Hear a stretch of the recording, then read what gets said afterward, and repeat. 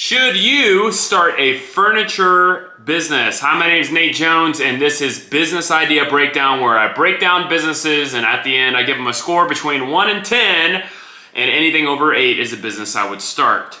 So go check out my channel. I got a ton of other business reviews and side hustles. So if you're thinking about starting a business, watch those before you start them, so you avoid starting some businesses and then you push the pedal down to start some others. So today we're talking about furniture business. This is new furniture, used furniture. Somebody commented on one of our previous videos, and they said, hey, I'm thinking about starting a furniture business. There's a need in my hometown, and can you review it? And here we are, we're answering the call. So if anybody else has any other businesses you want to see us review, just comment. We're here to help and we're here to provide value. So let's get into this. When I was first initially thinking about this business, I just remember seeing so many in our hometown where I live right now today, so many furniture businesses, multi-location furniture businesses, and it was really cool to dive in and see how much they're actually making. So I'm going to break this business down in scalability, profitability, how easy is it to start, how much time does it require, the challenges, and the most important thing about any business is, can you sell it? If you can't sell the business, why are you building it? Okay, let's go into this. Is this business scalable? Yes, you can add locations, add employees, get a bigger building. But when you scale this business, it requires money at every single point. So if you've seen some of my other videos, you know that I like businesses that can scale without a massive capital outflow every time I scale. In reality, this business, you're gonna have to spend more money, another capital outflow every time you scale. That being said, if you know your model and you know your numbers, you can do this. So the scalability of this business isn't that much of a hindrance. Let's go into the next one here, profit, and stay with me as I break this down. I tried to break this down in the simplest terms for numbers. And like I always say, if you're gonna start a business, you're gonna buy a business. I've bought businesses, I've started them. It always boils down to the numbers. If the numbers don't make sense, you can't do it. So let's break into the numbers here. The average profitability over the wholesale price in furniture, that means you buy a piece of furniture for $1,000. How much are you selling it for? What's your profit? The average profit margin's around 20 to 50%. So I landed at an average of 35%. That means if you buy a piece of furniture for $1,000, you're profiting $350. So for every $100,000 in sales in this business, you should be profiting $35,000. And to get to that, you've only had to spend $65. So I really kind of like that profit margin because I spent $65, I got $35. It's pretty good. So let's get into this. I was trying to break down what's the simplest form that you can take and you can have an equation. So when you go start this business, you have the equation to see what makes sense and you're plugging in your numbers.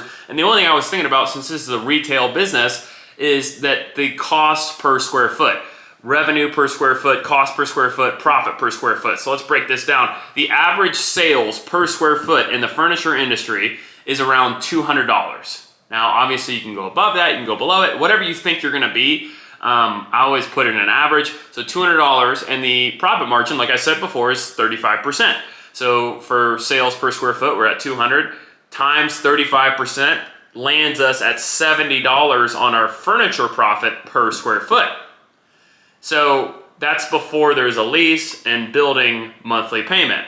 So let's go into the average cost per square foot of a lease. The average cost per square foot of a lease is between $18 to $25.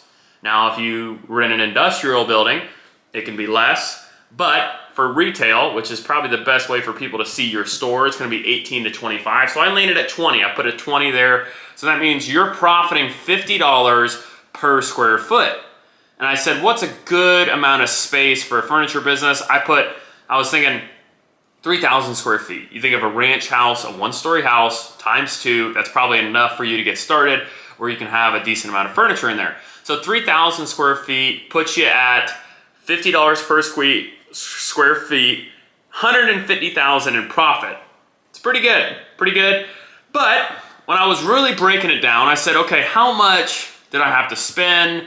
How much did I have in sales? Let's break this down. So using my 35%, it's algebra, we can back into it, right?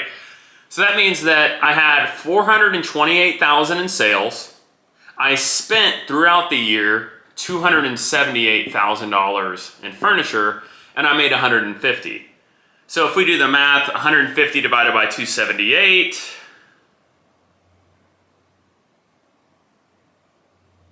that's a 53% return. That's pretty good. That's a pretty good return. So that's if you're going to put your money somewhere, you're not getting 50% in the stock market, so that's a pretty good return.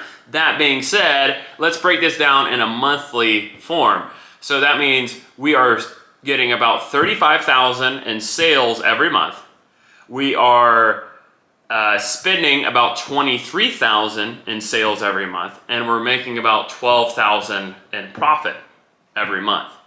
So $35,000 in sales, if you're looking at cost per unit, $35,000 divided by 30 days in a month, let's say about 20 days, right? Because you're probably going to be operating 20 days out of the month that are going to be really busy for you. You're going to have to sell about $1,700 to $2,000 of furniture every operating day. If you're operating Saturday, Sunday, maybe you're closed Monday, Tuesday, I don't know. But you're wanting to close about $2,000 worth of furniture. So if you look at your cost per unit, what type of furniture you're going to sell, you want to be at that point to be able to make it profitable in the long form. So that's kind of the profit analysis. The only thing that kind of makes me worrisome is that I have to spend that $23,000 every month to get to that profitability I need to get at. So the $150,000 that I made my first year, every month I'm having to spend more to make more. That kind of stresses me out a little bit, but I think once you get in this business, you start realizing, oh, you got to spend because you got to have inventory, and if you don't have inventory, you can't make money. So you got to continue to spend and buy furniture. So how easy is this business to start? Well, it requires capital, right? Because that initial capital, if you're turning over your furniture every month, which is that $23,000 that you're spending every month, you're going to have $23,000 at least saved up to buy your initial load of furniture. Plus, you're going to have to probably sign a 1 to 3 year lease, probably a 3-year lease on a retail building, which is require a little bit of money down. So you're going to have to put a little bit of money there. But as far as how easy is it to start, you got to have a wholesale relationship too, where you're going to get your furniture from. Because you want to buy it at a good price. If you're buying it used, how are you going to acquire that? Are you looking on Facebook? Are you spending, what are you doing to get your furniture? So that's a little bit harder to start this business, because if you've never been in this industry before, it might take a lot of research and a lot of thinking through what you're going to do before you start it. How much time does this require? This business requires, I would say, if you're going to be doing what I just outlaid right there, you're going to have to be spending, it's going to be a full-time business. Because if you do hire somebody, that will eat into your profitability, but like I said, you have $150,000 of profit, so you hire somebody for $40,000, you could still make over $100,000 a year running this business. But I think it's definitely going to be a full-time business. You can do this as a side hustle, but I think it's not going to be really worth your time, because you're going to want to really scale this business out to make it work. So what are some challenges? I would say sitting on inventory. If you buy something and you're expecting it to flip over every month and it's been sitting there for a long period of time, sitting on inventory, replacing old inventory. Are you going to have to put things on sale? I see a lot of furniture stores, they go through these big sales to clean out their inventory to get new stuff. How much time are you spending? What if you're not as profitable, right? And you're spending all that time and you end up making only $30,000 or $40,000 your first year. The employee side of it, you're gonna have to hire somebody, trust somebody that they're gonna actually be able to sell when you're not there, be able to operate the business when you're not there. And the biggest thing about this business is there's no reoccurring revenue. That's one business.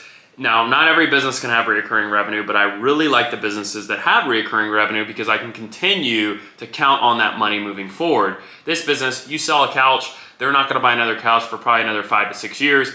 They will probably come back to you, but it's not reoccurring. They're not coming back every month to buy furniture from you. Last thing here, most important thing is this business sellable? I was looking on Biz Buy Sell. I saw some furniture stores for sale. The sellable multiple, which is the multiple of the net income of the EBITDA, which what I said is your profit, is about 1 to 1.5 times.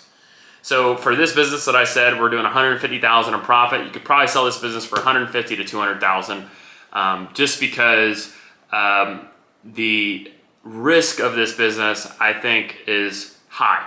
I think if the economy takes a downturn, There's a lot of places where people can buy furniture. A lot of people are buying them online. Amazon's selling furniture very cheap. If there's an IKEA in your hometown, a lot of people are buying from there. So I think people are scared to open up the mom and pop furniture store straight out of the cup right away. You know, that's going to be a hard thing to do. So I think people buying a business, you're buying basically that retail furniture store, but if you change the name on the sign, why would they buy?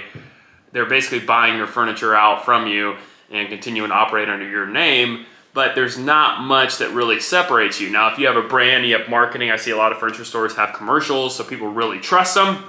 Like I said, if you want to be able to sell your business for a high multiple, you need to create value within your customers, within your brand. You got to have a valuable brand in which somebody says, hey, if I insert myself in this business, I can take over this business and make a lot of money.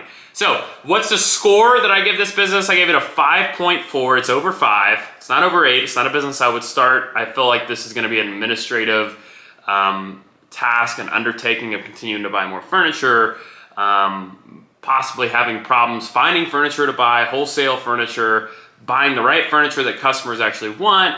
A lot of things in this business that make me a little weary about it. I also want to be able to take a vacation. I vacation almost every other month. Me and my wife like to go on a lot of trips, so this doesn't really fit my lifestyle. Now, your lifestyle may be different, but me personally, I'm not a huge fan of this business. I don't like having a lot of inventory because I feel like if things go south in this business, you're having a lot of capital outlay and you're not having revenue come in, and your business can sit there while your lease continues. You still have to pay $2,000 to $3,000 a month for a lease if you're not even making that.